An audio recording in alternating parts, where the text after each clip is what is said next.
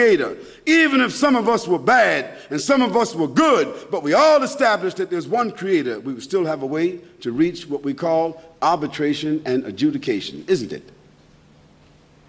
There would still be some law. Islam is a system of social equality. That is, there's no inequality between male and female in Islam. Men are men and women are women. Women are not the same as men. They are the same in the sight of God. They have the same sanctity. They have the same rights in the sight of God. But men and women are not the same. They are similar, but they're not the same. Their anatomy is different, even if they want to exchange parts.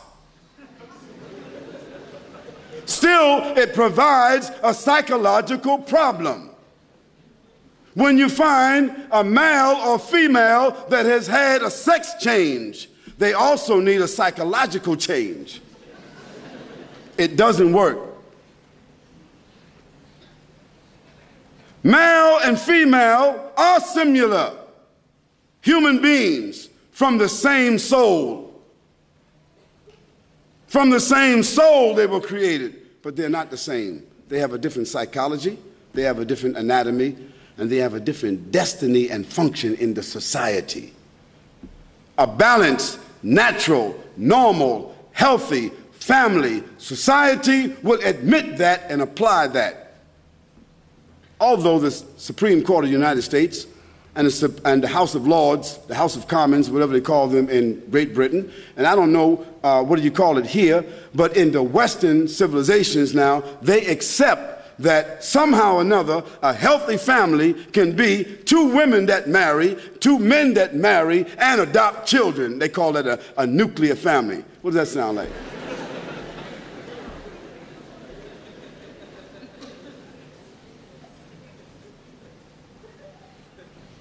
Islam says that's unacceptable to God.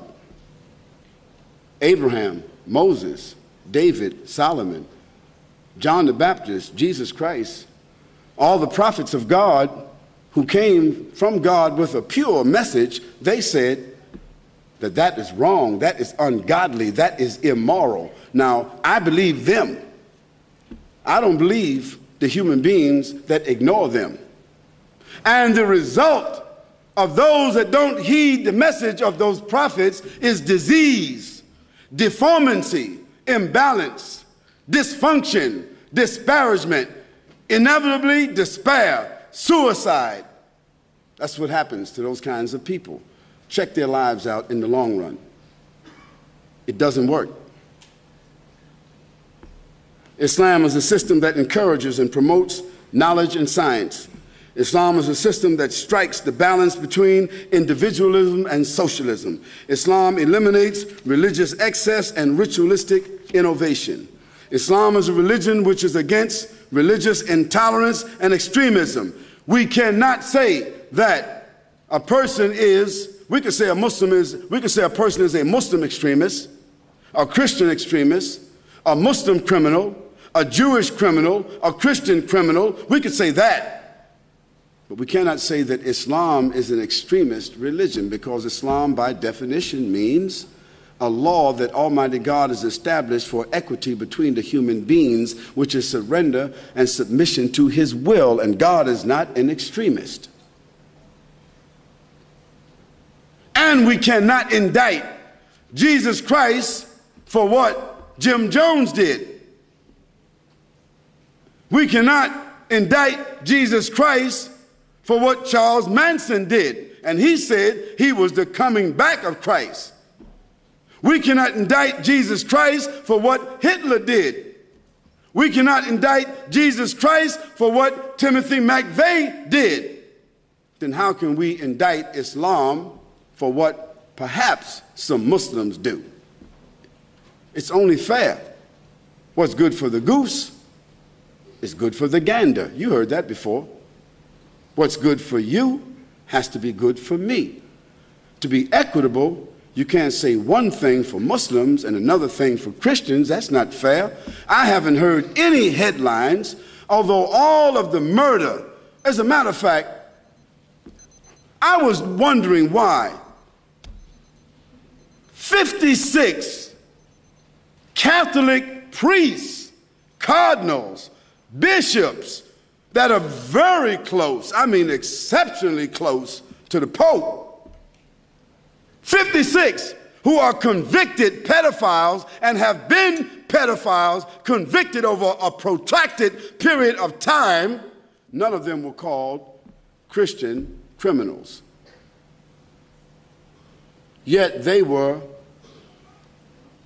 endowed and entrusted with the lives of young children whom they corrupted over a protracted period of time. It wasn't like a few weeks. I mean like 30, 40 years.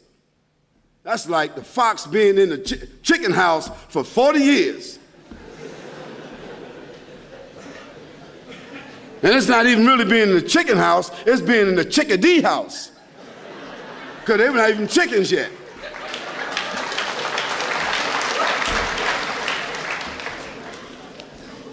But not one headline said Christian criminals.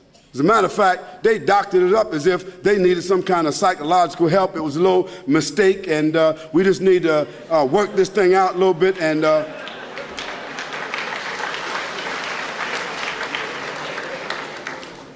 that's not an indictment against Christianity. This is not an indictment against the Vatican.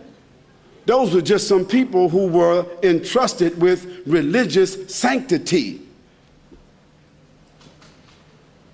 But it's the nature of human beings to fall into traps like that when they fool themselves about something called celibacy. It don't even exist.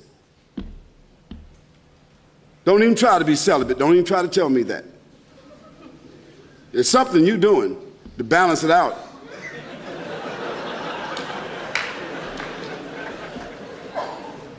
Now, Islam is a real religion. Islam says no celibacy. Whether you want to be a Muslim minister or you want to be a woman that want to give herself to God, you still need a husband if you want to make a family. That's what Islam says, because Islam is a religion of clear moral, social balance, and rationale.